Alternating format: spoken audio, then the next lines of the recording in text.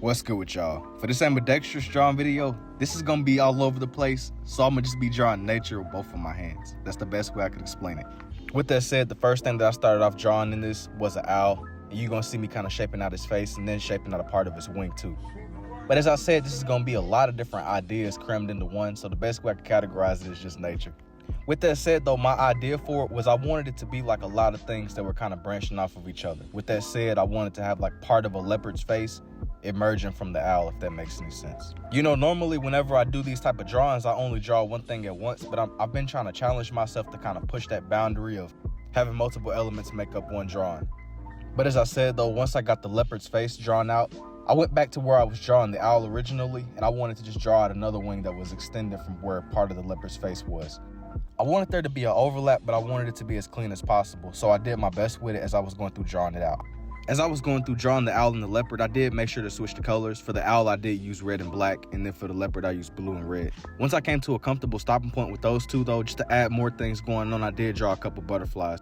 But you know, I looked at this more as an experiment because I just wanted to see, with the things I had already drawn previously, I wanted to see if I could like bring them together in a seamless way, or at least be chaotic in a way to where it at least flows.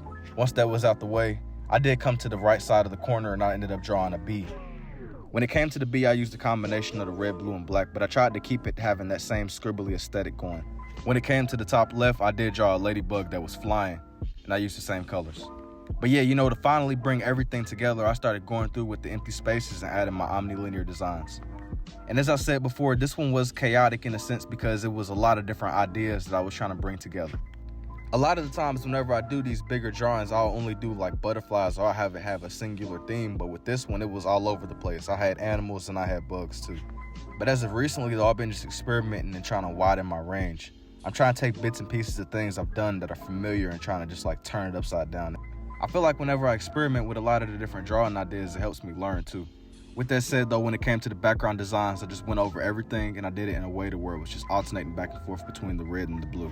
When it came to drawing everything in though, I had to be a little bit more mindful because I didn't want it to drown out the things I had already drawn originally. Once that was said and done though, I just kept on filling in the empty spaces. Here's for the red lens, and now for the blue. Let me know what y'all think about this one down below, and let me know what stood out to you the most. And if you're interested in seeing more drawings like these, don't forget to like and follow, and I will see y'all in the next one.